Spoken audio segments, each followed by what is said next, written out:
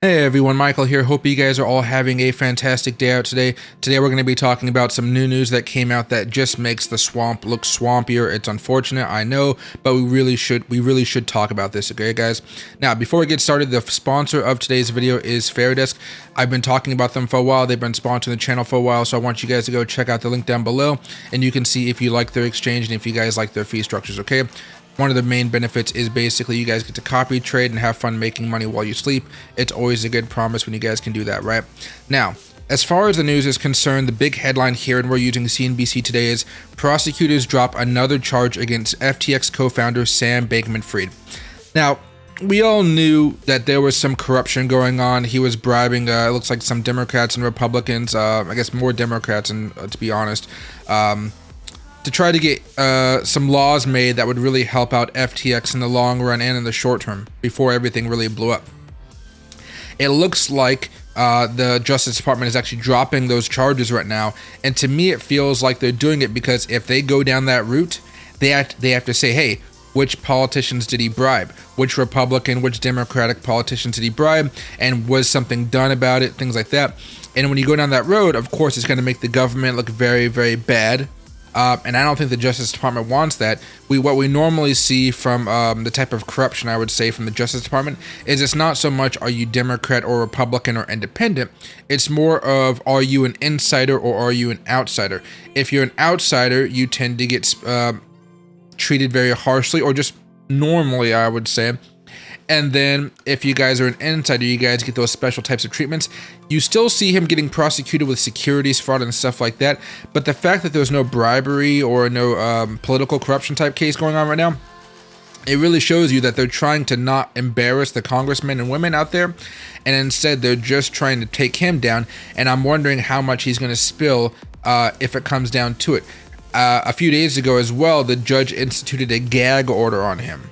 So by having a gag order, he can't just go talking and spilling the beans to any news outlet that he wants to anymore. So just get ready for some more fireworks to come popping off, especially as October comes around. Right now, it's the end of July. We got August, September, October. Getting very, very close. When that trial does start, we're going to hear a lot of things getting exposed, hopefully. And I'm hoping that we either have the defense or we have the prosecution asking him questions about this type of stuff. I would expect it to be the defense, just so they say, hey, we were working with the Democrats or Republicans. They said they were going to do this, this, and this for me, and I gave them campaign donations. Something similar like that, where it's kind of legal, but you could read in between the lines, say, hey, yeah, this politician was bought, this politician was bought, and so forth, okay?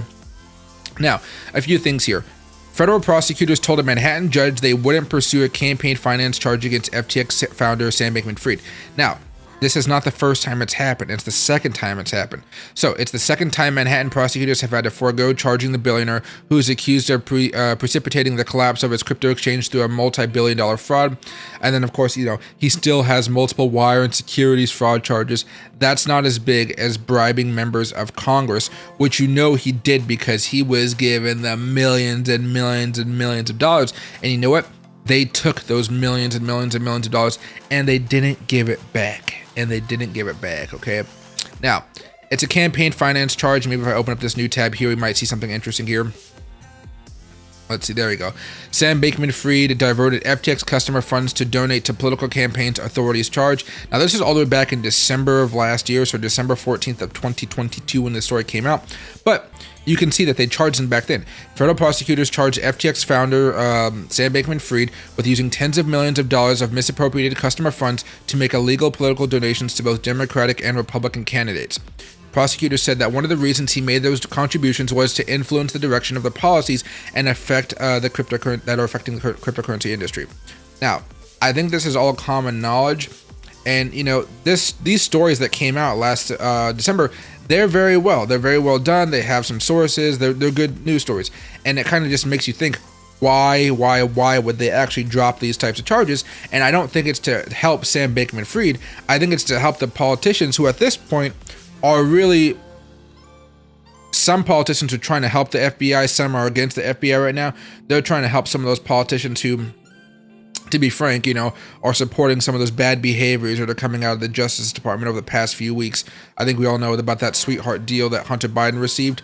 Wow, just a little touch from a judge and it collapsed wholeheartedly, which kind of is embarrassing for our system. But man, you just gotta wonder what else is going on over there if they can't even get that right between two groups having an agreement, right? Now, let's see. He then used those funds to make large political donations. We talked about that. To make investments and buy lavish real estate. Don't worry about the real estate. You know, it's bad, but usually bribing politicians in my book is just worse. Hopefully they can get some money back for that real estate. Not as much as they spent on it, but hopefully a little bit back, right?